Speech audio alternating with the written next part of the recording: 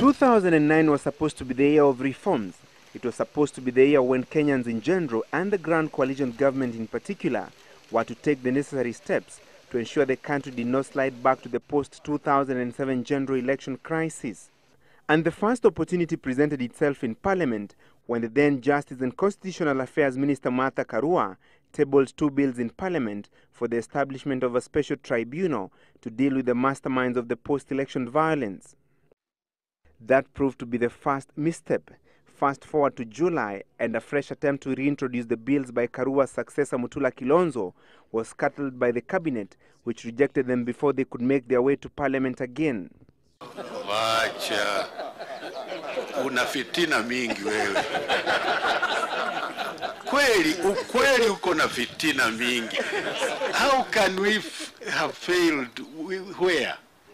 It is this perceived wavering on the part of the government that prompted former UN Secretary General Kofi Annan to hand over the envelope with names of the suspected post-election violence masterminds and the supporting material to ICC prosecutor Luis Moreno Ocampo.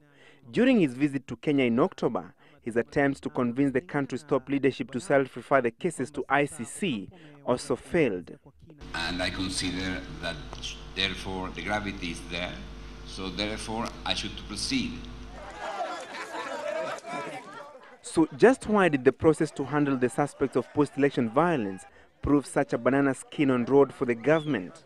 The decline by the President and the Prime Minister to hand over the case to Ocampo showed that the government wasn't really resolute in ending this post-election violence.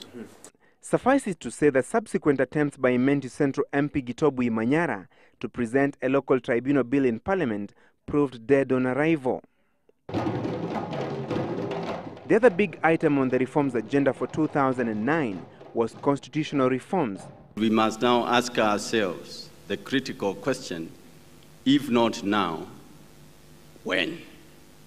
The committee of experts led by constitutional lawyer Nzamba Kitonga was mandated to look through all the past constitutional drafts and come up with a harmonized one, which they did on November 17th this year.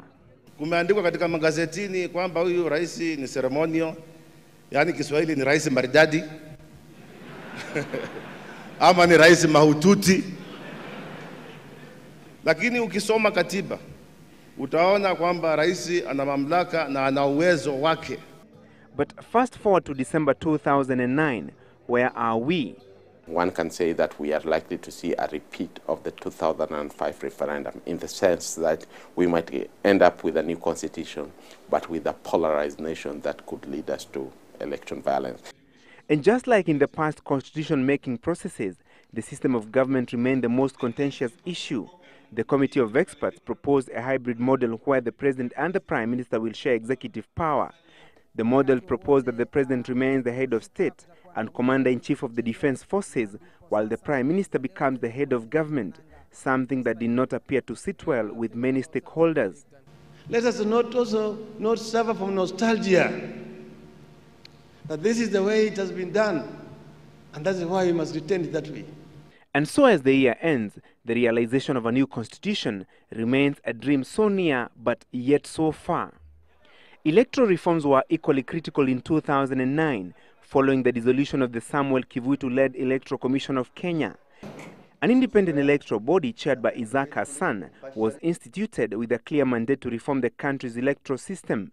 Successful by-elections in Boma, Choge and Shinyalu were the commission's first major test. A national voter registration exercise is scheduled to kick off in February next year in readiness for a referendum on the new constitution that is expected in June. The Interim Boundaries Review Commission was also established this year to review the administrative and electoral boundaries, and much is yet to be achieved on that front.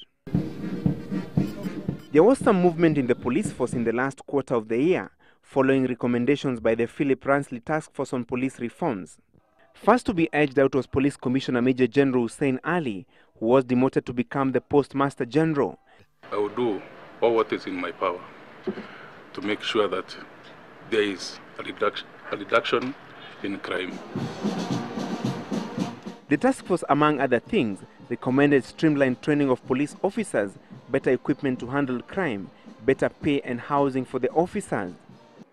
To deal with the historical injustices, the Truth, Justice and Reconciliation Commission was also formed.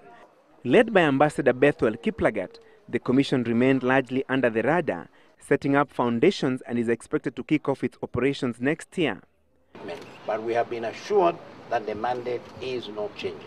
So we are not going to prosecute, as some people, we are not going to be part of the local tribunal or any other tribunal.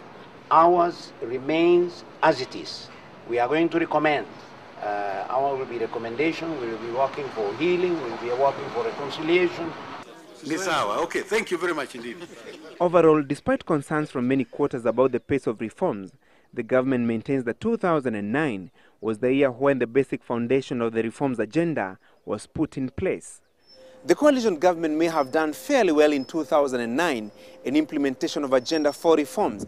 However, 2010 provides an even harder task for the coalition government if it has to fulfill and complete all these agenda reforms so as to ensure that the country does not slide back into anarchy like it nearly did in 2007-2008. Francis Gachuri, Citizen TV in Nairobi.